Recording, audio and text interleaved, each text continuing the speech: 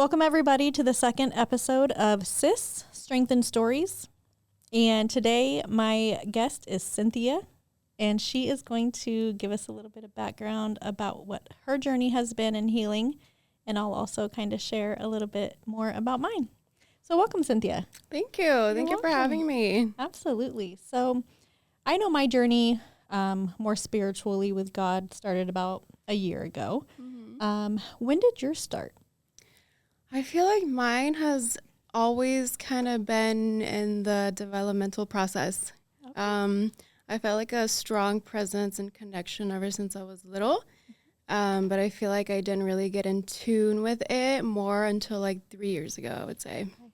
Yeah. So I've kind of the same thing. I've always known like of a presence, mm-hmm. and like I've heard about God. I didn't know in depth about who he was or Jesus. And so yeah, that's kind of how it started as well. When I was a child, like I was like, I'm special, like I'm different, like something is not like right. And I love how you said that, because I also felt like that. I'm like, okay, I feel divinely protected. Yes. I'm like, there's something here. So yeah. Yeah. So going back to like the trauma that I went through when I was younger, I always, and this sounds really weird, but, and I don't know if you've experienced this, but so I was in a domestic violence situation, and the gentleman would beat the shit out of me almost every day, at least once a day. Wow. And I never like got hurt. Like he'd done some horrible things to me, and I never like had a lot of bruises, or this is a trigger warning. He hit me in the head with a hammer. Wow. And just the little corner of my eye right here, just kind of the bone little popped out. I didn't have like a black eye. I didn't like get knocked out. Like it was so weird. And I just felt like something protected me. Mm-hmm. Like it was just, I couldn't go around a lot of people. Only a few people knew about that. But, yeah, it's so weird so that you say that, because I felt the same way. Yeah.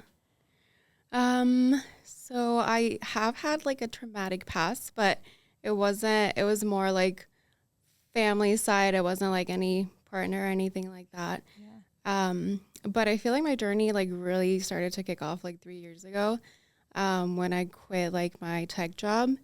And it was just really interesting, because I've always attached like my worth to like my work. And so I had to just kind of like deconstruct pieces of myself to put them back together. And that like really started my self-discovery journey. Yeah. And I vividly remember I was in the shower, because like that's when I like get downloads and stuff. Mm-hmm. And I was listening to the solfeggio frequencies. I don't know if you're familiar with them. I do, yes. So like during my self-healing journey, I was like, okay, let me try this out, because that's like something that was recommended. Mm-hmm. And I was listening to it while I was showering, and I just remember having like just flashbacks of my whole entire life. I was like, oh my gosh, am I dying? Like, what's going on? Yeah. But I feel like that was like what needed to happen in order to like propel me to like where I am right now. Yes. So it's like a death, if you will, yes. Right? Like you felt death. Like, yeah, absolutely. For sure. So, and I saw something maybe like a couple days ago, a gentleman was talking about this. I think it was like from the 90s. And this gentleman was talking about it when teenagers feel suicidal. Mm-hmm. It's because not that they're wanting to leave like the earth. It's that they're wanting to die to themselves so they can grow and become another version of themselves. Yeah. And I wholeheartedly believe that now that I've been through this. It was literally you die to yourself and your past, and you like start this whole new version of yourself in new life. Absolutely. And it's just insane. Yeah. So that's how you felt. Yeah. And after that, I've gone through like many more like ego deaths, and it's life-changing. It is. Yeah. It's like, I don't want to compare it to depression, because like it's, after you come out of it, like it's such an enlightening experience.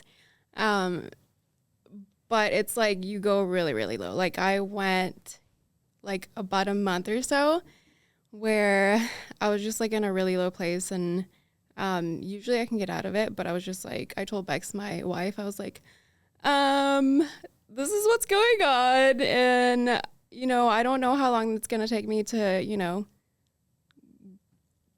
stop treading water and get myself out of this funk, but I finally did, and it was really good, and it was just like really spiritual, and I shed layers of myself that I no longer needed, and I feel like that was needed in order to be able to express myself more authentically out in the world. So absolutely. And I do that too. Like I get these episodes where I'm just like, what is happening? Like I am like not moving. I'm like being very, very still. I'm still in the world, but I'm just like not doing what I normally do. And like all these things that I do.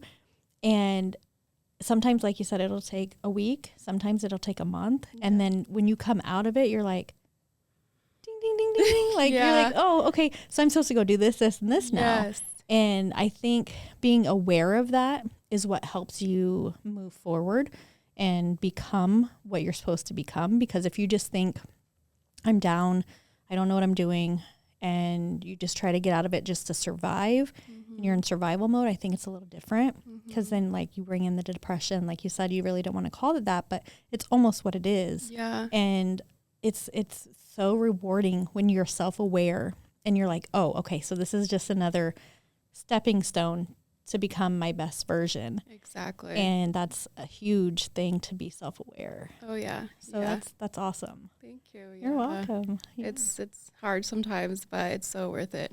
It's very worth it. It's a good way of experiencing all your emotions, and I think that's so needed in the world today. Absolutely. And it's like you feel your emotions, you acknowledge that they're there, and then you let it pass. Yes. And then you're like, go with love. Yes. And you're like, okay, I'm feeling this. This is not who I am, but this is what I'm feeling. I'm going to accept it. I'm going to breathe, and I'm going to release it.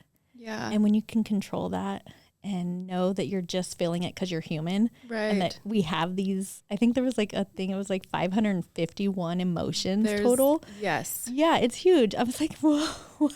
And I feel like the majority of like society thinks there's only like anger, happy, but like underneath anger, there's like hundreds of like other emotions that you can have. Like you can feel frustrated or irritated or like embarrassed. Yeah. So yeah. Yeah. It's like, really important to explore all of those. It is. And I think a lot of research, and I know a lot of people we just want to feel better. So we just try to work through it and like get past it.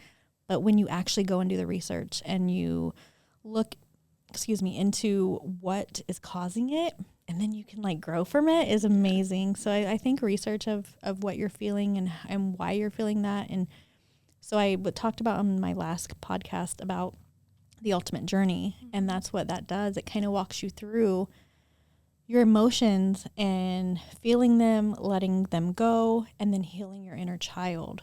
Because at the end of the day, that is who we're trying to save. Yeah, and go back to. Yeah. Yeah. And it's so awesome that when you find that and you can like be a kid again, you're just like excited and joyful. Yes. It's like, I just want to be a big kid. Right. Yes, I am a businesswoman, but also I'm a big kid. Like right. I don't know if y'all went on the slide at the Iowa State Fair. No, but I didn't did get twice. I love it. I was like, I'm going to go to the fair and I'm going to just have a good time. Let my inner child have a good time, because I'm always business, or I'm always serious, and you have to let go. You have to like enjoy life, and those little things is what makes us happy sometimes. So it's so much needed. Yeah. And then after you heal your inner child, and there's a healing the teenager. Yes. It's a rage. Yeah. And anger. Yes. And it's like, okay, I went through all this stuff as a teenager, and I'm angry at these people. And that's okay. Yeah. And that's okay. You get angry, you yell, you cry, you do whatever you need to do. And then you let it go and you forgive, because love and forgiveness will equal your peace. And that is wholeheartedly what I believe. And that's why I wanted to do this podcast, is because I want people to love and forgive and heal, so then they can just be these amazing people that they're meant to be. Not that they aren't, but so much more in this world that they could have in their hearts and their mind. And just to have that peace is just like, it's an amazing feeling. I agree. 100%. Yeah. So I remember speaking with you at the cafe, and me and Cynthia have only known each other, maybe 3-4 months? Yeah. We haven't known each other that long, but we were at the same agent tour, or broker tour, or agent tour, that her wife was holding. And we briefly spoke, and I immediately was like, she's giving off this aura, this vibe, but I don't know who she is. And we briefly spoke, and I was like, like, I feel like I need to connect with her more. And then you had reached out or Bex had reached out, and we met at a coffee spot, and we just kind of like started talking, and we both felt that. Yeah. That is so weird. Yeah.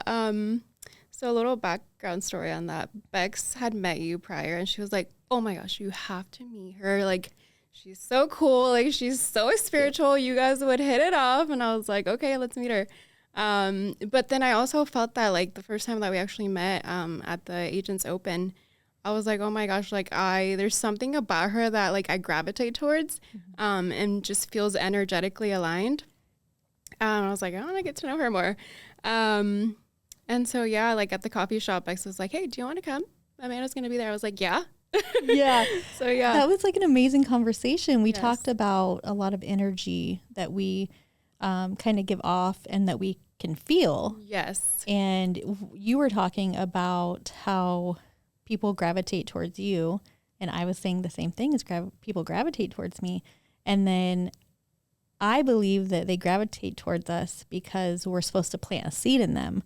And then they enlighten themselves and become more, and then they go and plant the seed. I think that's what I feel is a thing. But how did you feel that when we talked? Like, I think the first thing that I felt was validated, because there's a lot of things that happen to, like, you know, people that are more spiritually inclined, and you kind of feel alone because, like, some of the stuff sounds really bizarre, right? Yes. And it's like, you can't quantify it. So yeah, it just felt really good to know that somebody else was having similar experiences. Yeah, because we were guided. Well, I was guided on a journey in a mall. Yeah. Of all places. Of all places. So I'm going to talk a little bit about that, and then we'll talk about yours as well, because you had a similar experience. Yeah. So I had just gotten done at the gym, and I was starving, and I was like, okay, I'm going to go get Chipotle. And my spirit was like, no, you're not. You're going to go to the mall. And I was like, I don't want to go to the mall. I want to eat. I'm hungry. I'm like arguing with my spirit in the car. I'm like, okay, I guess I'm going to the mall. And then I heard it say, like, well, you can eat there. And I was like, oh yeah, you're right. Like, I can eat there. Okay. So I go to the mall in Jordan Creek, and I'm just like sitting there eating. I'm like, okay, well, I obeyed. Like, God's listening. I obeyed him. And then I'm sitting there eating, and this lady is walking toward me with a gentleman and another lady, and we lock eyes, and I just smile at her, and then she walks by, and they walk on down, and my spirit is like, go talk to her. And I was like, excuse me? What do you mean go talk to her? And I'm like, I'm eating, and that's weird, and I'm a mess. I just got done at the gym. And it just kept saying, like, go find her and go talk to her. So I was like, okay. So I got done eating. I threw my stuff away, and I walked, and I'm like talking to myself in the mall. And I'm just like, well, I don't know where she went. Like, you're going to have to guide me to where she is. And anybody who knows me knows I am deathly afraid of heights. And I go over to the railing because, you know, from the food court, you go this way, and it kind of goes this way. And I'm over here, like, leaning over the railing from the second story, and nothing, my normal like tingling of all over my body from being in the height was not there. Like I was straight, like in some other dimension. Like I don't know. Guided. Yeah, totally focused and guided. And they were like, it was just like, look that way. And I looked that way and I saw the gentleman, but I didn't see the women. So I'm like running down the mall to by where like Sephora, I think it was, or Foot Locker is. And I go downstairs and I see the gentleman and he's in H&M, and I walk up to him and I'm just like, hi, sir, can you please tell me where the ladies that were with you, where they're at? And he's like, why? I'm like, well, I have a message for one of them. He's like, oh, they're next door. I'm like, okay. So I go next door. And the lady that I'm supposed to approach is paying, and the other lady is standing next to her over here looking at some things. And I walk up to her and I'm just like, ma'am, I'm sorry, but I'm just supposed to tell you everything's going to be okay. And she just broke down crying. And she's like, what? And the lady behind her is saying, no way that this is happening. No way.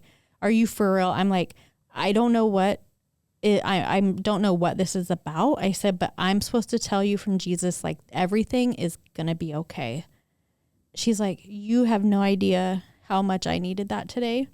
And we hugged and I walked away, and I like snapped out of it. Like as I'm walking out of the store, and I'm like, what the hell did I just do? Yeah. It was crazy because I was just focused. I was on this a mission.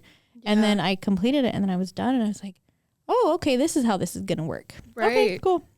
Is that the first time that's happened to you? That was the first time that it's happened and I obeyed. Before giving my life to Christ, I have been prompted to do that before, and I never like had the courage to go up to someone and do things because I was like, what the heck is happening? You know? I think maybe once or twice I've done that, but it wasn't like that. It was not like that at all. It was like, oh yeah, hey, like, I hope you're having a great day or something, you know, like it wasn't nothing as intimate and jarring as that one.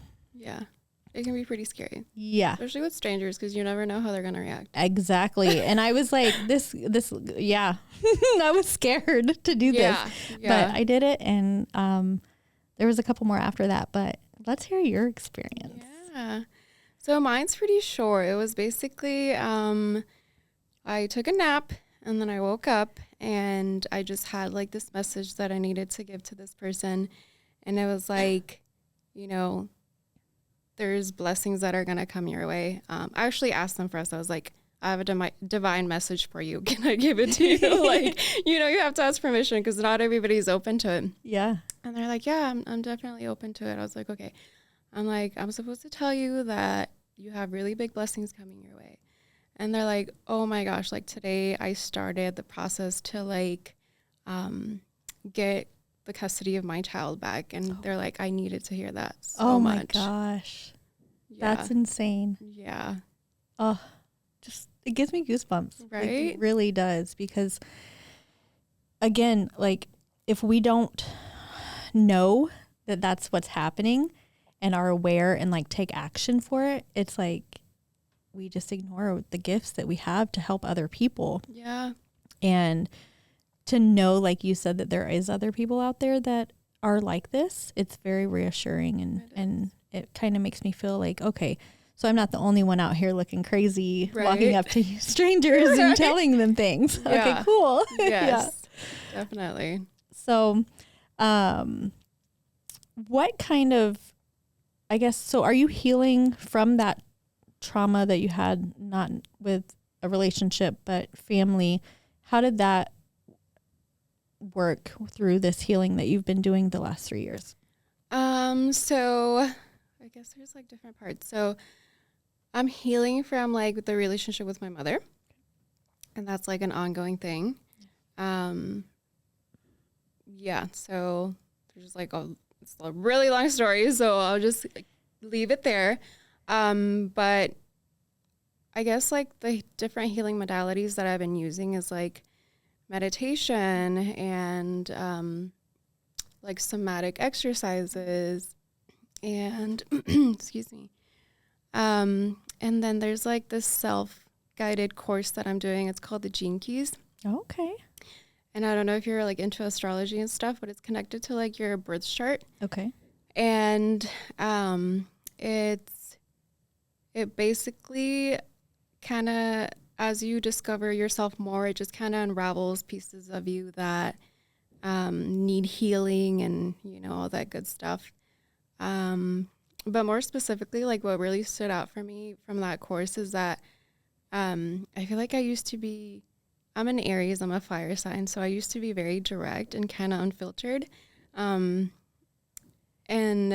ever since like 3 years ago when I started my healing journey, I kind of took a step back and was like, oh my gosh, I need to be more compassionate and empathetic and, you know, consider people's feelings more. But the course specifically showed me that being strong happens through a series of softenings. And that's the journey that I'm on right now. Okay. I never even would put it that way or like think of it that way. So yeah, that's enlightening to know that. Yeah. Yeah. So it's been really interesting and exciting and a lot of good things. Yeah. Another thing that happened was that I got my dog Arlo, well, our dog, my wife and I's dog, but he's like my little soul dog. And when we got him 3 years ago, like he completely opened up my heart chakra, like just blasted it open. And I think it's because of his personality. Like he's such a lover and he loves everyone and such a social butterfly. And so, yeah, I think that like propelled me to just be like more loving and open and you like I'm not like a physical touch person as much as, you know, other people are. And he's such a lover. Like he'll just come up to me and give me a hug or like give me a kiss. So that I think that really like just helped expand my heart more. Aww. I love animals, especially dogs.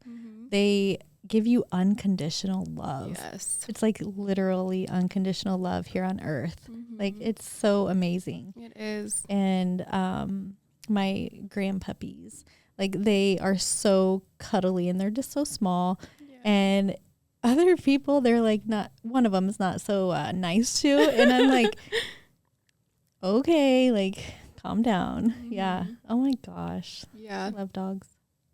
Same. All right. Well, thank you so much for sharing your journey and your healing. And is there anything that you have that you are sent here to say to anybody or to say to the camera? Let's see. I think just follow your bliss and just be authentically yourself. And the more you do that, the more you're going to attract opportunities and the right people into your life. Amen. Yeah.